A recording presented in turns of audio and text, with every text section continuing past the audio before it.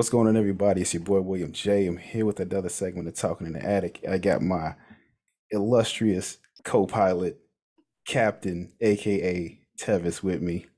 Hello, everybody. Welcome back. Thank you for joining us again for another episode of Talking in the Attic.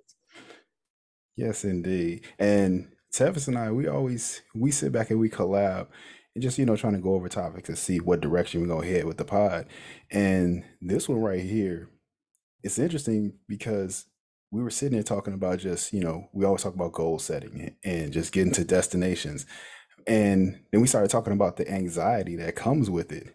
And then we just were sitting there just saying, how did this all come about? And if you really sit and think about destination anxiety and just everything about that, it all starts with this one simple question, which is problematic. Most of y'all probably haven't even thought about it. When you were about 5 years old, what was the question that somebody asked you in a classroom, as far as a parent, a teacher, or somebody? What do you want to be when you grow up? Mhm. And you're like, hold on. Now thinking about it, you're like, why you want me to fast forward my life? I'm five, dude. I just learned how to walk a couple years ago. You know what I'm saying? So, Want me to decide the rest of my life.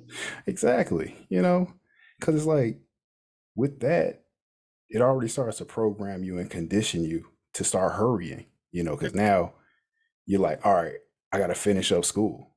Then after school, what's next? You thinking about a career or whatever is next, and so T, well, now that you're thinking about that, what are some of the things that you think kind of got you in that place where you felt like you were rushing or just, can you see it as problematic, just brought along some unnecessary anxiety or what direction do you feel that was in? So I think it's two different things. There's destination anxiety and there's destination addiction, which Mm, I is very heavy right now, both of hmm them. hmm Um, and just as a female, like it's, assumed you will get married and have mm, kids, like that's the sort of destinations or places that we're just automatically groomed to go to mm, get to a certain age, like, you are go to school, go to college, get a good job, all right, get in a relationship, get engaged, right, married, right, have kids. Then like I don't have any children, but I've heard when somebody has one kid, okay, when are you having the next kid? right, Question. There are yeah, always questions. And I mean, I don't think I really thought about it till maybe, I don't know, a few years ago of, why am I allowing other people to navigate or map out my life and where I feel like I should be? Um, but I think we just do it naturally because hmm I've been guilty of, maybe I haven't verbally asked the question of anybody, but I've thought like, what's next for them or even what's next for me. And, just putting that pressure on someone else as well as putting it on yourself is just, it is not good. It's ungood. So, like how do we get here? You're always at that, are we there yet? Type of mentality. And I think that's just, it's good to have goals. That's very healthy. But when you're always looking for the next best thing or waiting to be at a certain place of happiness or fulfillment until you get to that place can be really like it's it's unhealthy. So No, definitely. You hit it on the head because it's like with all of that, like you say, the anxiety comes with it from a societal standpoint because everybody's talking about for women. I already hear it, what I'm saying? Because I witnessed it because it's like, oh, women at a certain age, they're not married. What's wrong with them? Oh, you right, have one kid. Oh, they needed a sibling. What's wrong with, you need to have that. And all that pressure is unnecessary. It's like, why can't I be happy in the present? You exactly. know, it's like you always looking for that next piece of whatever success to make you happy when actually being in the present and just absorbing and just living for the now and knowing exactly how you actually relate to things is going to help you along the journey instead of always trying to fast forward and fast track because that's something that Another part we were talking about is the social media aspect, because everybody on social media, not everyone, but a lot of the people on social media, you see that highlight reel. Well, I call it the highlight reel because you Yeah. see everybody living that glamorous life. They looking like, oh, I'm doing it here. This is all every day for me. When honestly, those photos and some of those things are just an exception. You don't Mm-hmm. vacation every damn weekend. You No, don't pop bottles every day. Come on, fam. yeah, Like, chill. yeah, and it's like you have to understand this is their highlight reel. Like this is what they want you to see. No Mm-hmm. one to show you their struggle. You know, they are always going to show you the good parts, and you see those good parts. And we've just it's become so normalized that we think, okay, so much is skipped between where this person started and where they are now. And some of it's done on purpose because, again, they're showing you their highlight reels. Like when you watch ESPN and other shows, like they are showing you the best. They're not showing you like, oh, like it took him 17 tries to get this touchdown or whatever. Right. He was 8 for 20 for 3 pointers. Right, like they don't show you that. But you know, that's what we tend to put out there, which I mean, it can be slightly deceiving. Um, but you have to be present in yourself to realize, okay, some of these people, first of all, are fronting and are not living this life that they claim to be living. And second, you know, if they are really living this life, understand that so much more went into it that you are actually seeing, and to stop putting that pressure on yourself. And you know that, but again, you have to be present with who you are and your circumstances to actually make that distinction, that there were other steps or a bunch of steps that went into what you are seeing the final result. So but yeah, social media will, it will have you in your feelings. Uh, man, seriously, that's like you say, you'll have a lack of acceptance of yourself. You'll Mhm. feel jealous and unjealous and envy for no reason. People you don't even know. You sit Don't, there like, you don't know these people. You had a, your mood was fine, and then you hopped on this person's page and it's like completely, you just control, it's a mind, it's a mood change completely. So yeah, it's you have to understand that that's fleeting. Social media is just fleeting entertainment. That's mhm, what you got to take it as. You can't see that. You can't use it as that because that's going to prevent you from enjoying, like I was saying, that present moment when you live in your life.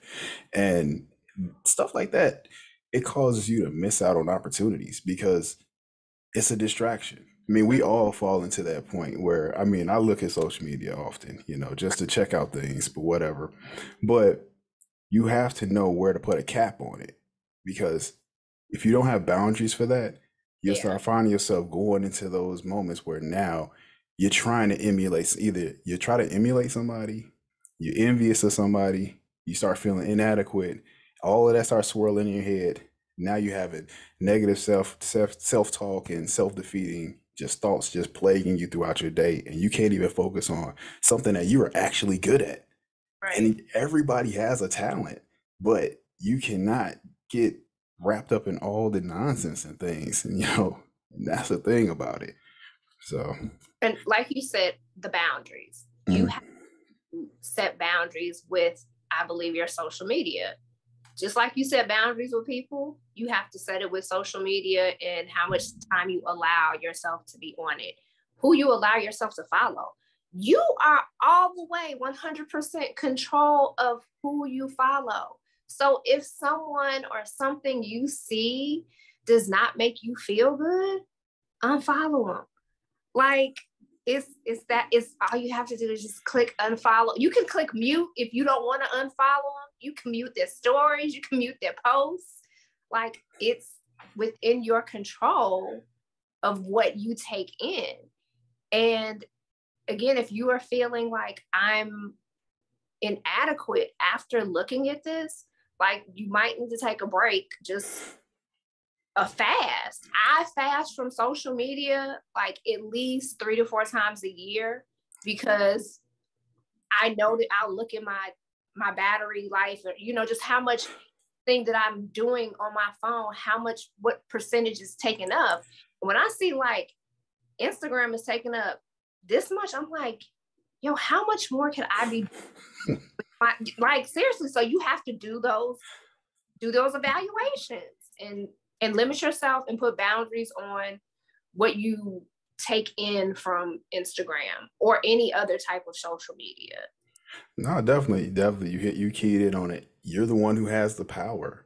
You're in control. Like we say, one, you don't know these people. And the ones that you do know, come on, you know their life. You can be like, stop, fam, cool out. I You know, know what's going on over there. you'd be like, oh my goodness, their relationship, if you do not know the background story or whatever their business, you'd be like, they would look so good to someone else, or they might look good to you. But when you know the background, you're like, yo, it's not even like that. They don't even like each other like that. Like, Right, right. you know, right, exactly. So check this out. We're gonna pause for a minute, take a break, and we'll get right back to you. Have you been feeding your skin quality ingredients? Are you dealing with any type of skin condition in your life, such as eczema, hyperpigmentation, body acne, or discoloration? Here at JHE, we provide essentials that fill your mind, body, and home with joy. You can find us at www.thejoyhouseshop.net or call us at 773-273-9023. Joy House Essentials. Let's elevate together. And we are back, ladies and gentlemen. Like we were talking about the destination addiction or destination anxiety.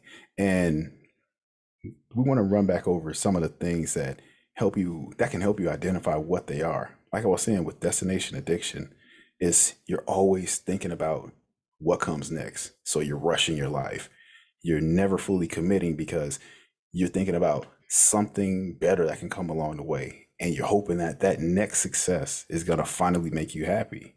And as a result, you're always feeling like you're missing out. You could possibly have a lack of self acceptance, and you just don't feel good enough or worthy of happiness. And that's what leads to that anxiety and stress.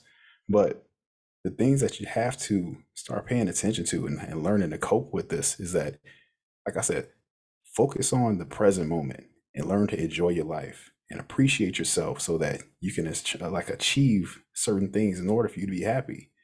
And also know that everybody has their own journey in life and that there is no right way to be happy. So I'm gonna pass this over to my co-host, because she has a very, very good spin on this. And we're just having a conversation, and I love the way she put it together. So I'm gonna just hand the ball off with it right now, so she can take off. good chat, the pressure. So it's, you know, we just continue to be in this cycle of I'm going to wait until this happens and then I'm going to be happy. Not allowing yourself to be happy in the present moment. I'll be happy when I get married. I'll be happy when I get this house or this promotion. And it's like, what if you get to that place and you have just hyped it up in your head so much that you're there and that happiness that you thought you would have there is not there, or it's not as exciting or sexy as you thought that happiness would be. And it just robs you of everything that happens in between when you are waiting to get to that place. You know, some of your, if not all of your growth happens between when you start something and at the end. All that in between stuff is like where you're learning your lessons. Mm. And you need to be present and really appreciating where you are in your journey. Because like I'm a religious person. I pray, I have faith. And so, you know, I might pray for things, but I have to be content in where I am right now before those other things come. Content and complacent are two different things, so don't get them twisted. Being content is being happy and being like satisfied with where you are. And then just when you get to that next place, you'll still enjoy it, but you have just think of all that time wasted because you're waiting for thing to happen. And it's just that leads for like a miserable kind of unhealthy balance in your life. Now, aspirations and setting goals are completely different than this destination addiction / anxiety that we're talking about. Goals, aspirations are very healthy. Waiting till you get to someplace is not healthy. So you have to figure out, am I setting goals or am I just like trying to get to this imaginary happy place? So, I hope that this conversation help people, to pause, not be in a hurry to get to that next place, because time is very precious and you have to be very careful how you spend your time, who you spend your time with, what you take in during your time here. And you don't want to look up and just have these moments of always trying to get to the next place. Like, appreciate where you are, because it's a wonderful place. It might not be pretty at the time, but when you get to whatever that goal is, like, that journey was such a learning experience. And so hopefully, like, you get something out of the journey, because it would be a shame for it to just be wasted to get to that house or whatever your aspiration or your destination is, and you just like, you completely missed that whole ride. Like, you missed all the scenery getting to this next place because you were in such a hurry. So Definitely. Oof, man, I don't know how to follow that one up. I'm gonna give it a shot though. But you definitely said it. You said like seeing the scenery, because in light of that, there's a song from Rascal Flatts called "Life Is a Highway." mm-hmm. And just off of that, thinking about life as a highway, if you're driving in the car on a highway, you have to be present. You have to be focused on your destination. Once you start getting distracted, looking out the window and stuff, trying to just observe everything around it, you lose focus. You find your car drifting. But that's the thing. You have to understand that life is an ongoing process, and identify what brings you joy in the present. Embrace the lessons that you're learning in the present. In doing so, learning to love yourself, because that journey you're on is going to help you accomplish your goals. And I got a quote that could sum everything up. It's from Maya Angelou. She stated, "I did then what I knew how to do. Now that I know better, I do better." And to me, I get out of that, a journey without the concept of failure cannot be a teaching tool. So you got to have these lessons in life in order to understand the levels and process and the ingredients that go with it. So, like you say, I hope everybody was able to take something from this. This is something that we sat on for a while and was trying to find an angle, because it plagues society. Everybody goes through it. We just have to find ways to cope with this, create healthy boundaries. Because without it, you'll find yourself in a unhealthy cycle of just trying to do too damn much, really. And being in an ungood place. Definitely, definitely. Well, that's all we have for you today, ladies and gentlemen, boys and girls, everybody, domestic and internationally. This is William J. And this is Tevis. We're signing off from Talking in the Attic. Hope you join us on Mondays, 9 a.m. That can be found at WilliamJ_VII at Instagram. And I am Boyish Boutique at Instagram, or whatever it is. You know what it is. By now they should. Or you could just search my name, Tevis. Tevis. Right, the one and only. I mean, I better be. Oh. You heard it. All right, and we out of here. Bye.